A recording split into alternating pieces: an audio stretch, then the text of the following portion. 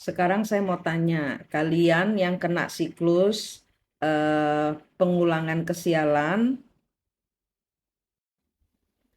jadi Anda tahu nggak kalau siklus pengulangan kesialan, putus nyambung, berantem terus sama orang tua, berantem terus orang tua dengan anak, antara bos dengan bawahan,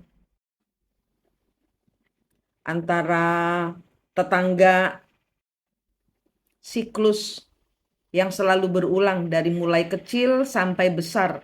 Ada lagi siklus seperti ini, ada lagi putus nyambung, berantem nggak berantem, masalah demi masalah kalian lalui, itu namanya siklus.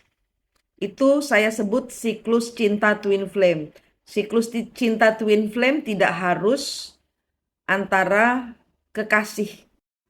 Banyak orang ketiga yang terjebak dalam hubungan terlarang. Banyak suami-suami atau istri-istri yang terjebak dalam hubungan terlarang. Itu cinta twin flame. Cinta twin flame itu bukan pasanganmu. Cinta twin flame itu mereka masalah siklus didatangkan kepada Anda sebagai tesnya supaya Anda melepas. Karena kunci dari cinta twin flame adalah detachment, melepaskan kemelekatan, memutus siklusnya, membayar karma-karma leluhur. Kenapa dengan leluhur? Karena Anda yang mengalami pengulangan siklus, Anda terdeteksi sebagai diikuti oleh leluhur-leluhur. Bukan saja leluhur Anda secara darah, tapi juga secara jiwa. Yang Anda tidak kenal sekalipun, macam para dewa. Ada orang-orang yang diikuti oleh Dewa Wisnu atau Krishna. Apakah Anda Krishna? Bukan. Anda baca sejarahnya Dewa Krishna. Krishna siklusnya apa? Beliau mempunyai istri tapi mencintai pasangan orang lain. Jadi harus apa? Harus dilepas. Kenapa kalian mengulangi siklus leluhur? Karena Anda harus melevel upkan kehidupan Anda. Anda harus melevel upkan iman Anda. Nih, contohnya kita di dimensi 3. Manusia itu berada di dimensi 3.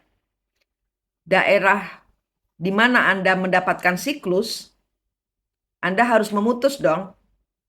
Anda harus melepas. Pada saat melepas, Anda sakit. Anda sakit, Anda ke Tuhan. Itu Anda berpindah dimensi dari dimensi 3 menjadi dimensi 4. Itu masuk masa suwung, masa nol, masa hening. Anda bersama diri Anda sendiri dan Tuhan. Inilah saatnya Anda harus ketemu kembar jiwanya Anda.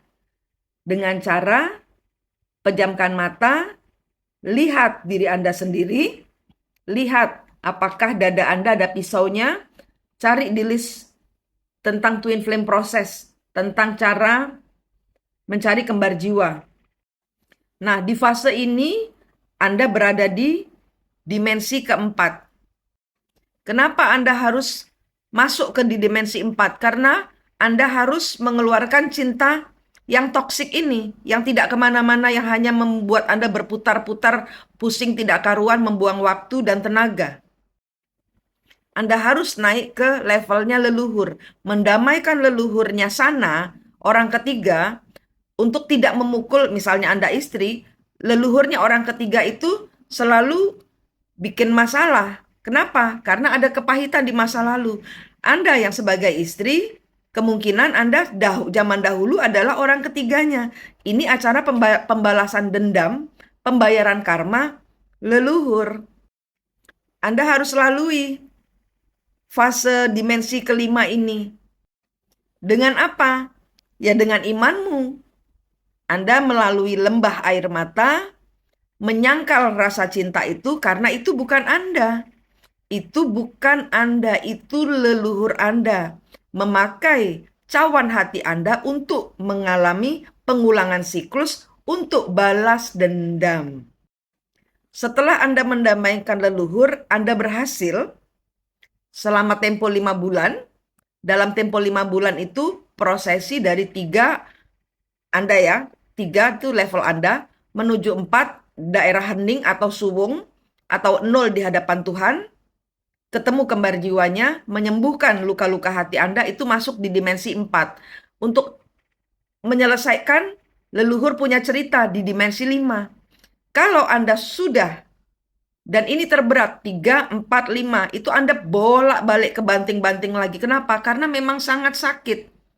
Ya, memang sangat sakit. Dan kalau tidak diputus, tidak akan selesai.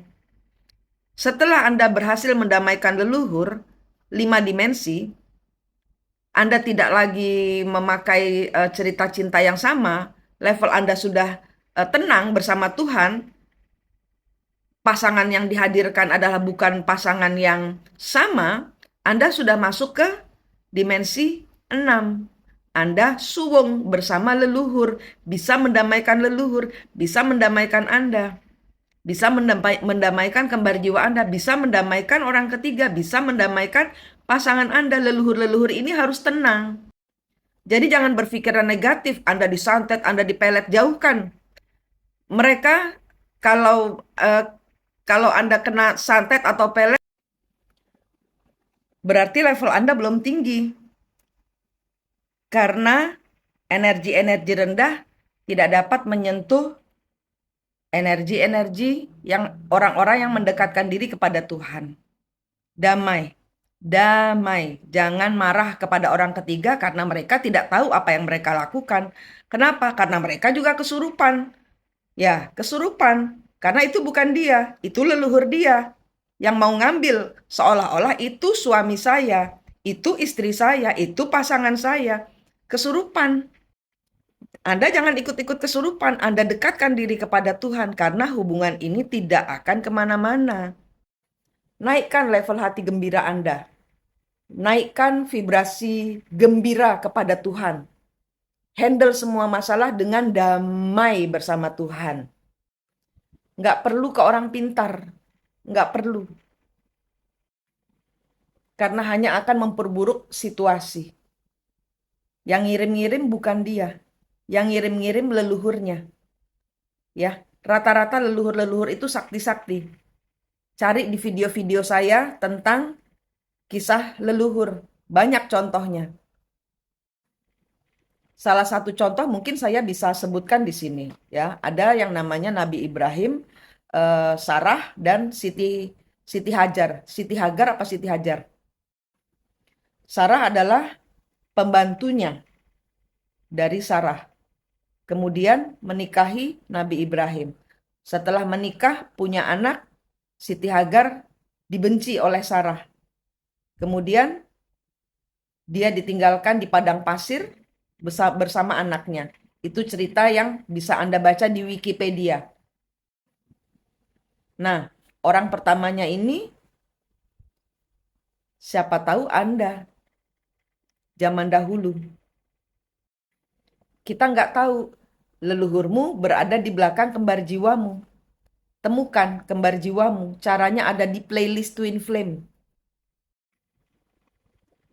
Lepaskan semua kutuk leluhur, semua kebencian leluhur, semua dendam leluhur. Tugasmu cuman itu. Jangan mengulang siklus leluhur menjadi orang ketiga. Itu yang dilakukan oleh Presiden Soekarno dengan banyaknya perempuan. Kenapa? Ya karena zaman dahulu leluhurnya seperti itu. Jangan mengulangi. Cukup berbaik-baik saja. Karena di antara para istri ini pasti ada yang cakar-cakaran. Nah, kalian mengulang siklusnya istri-istri atau selir-selir zaman kerajaan yang cakar-cakaran. Ya, waras, waras. Naikkan vibrasi hatimu. Anda dari 3, dengan leluhur 5, naik ke 7. Dengan 7 Anda sudah lulus. Ya, terima kasih, semoga membantu.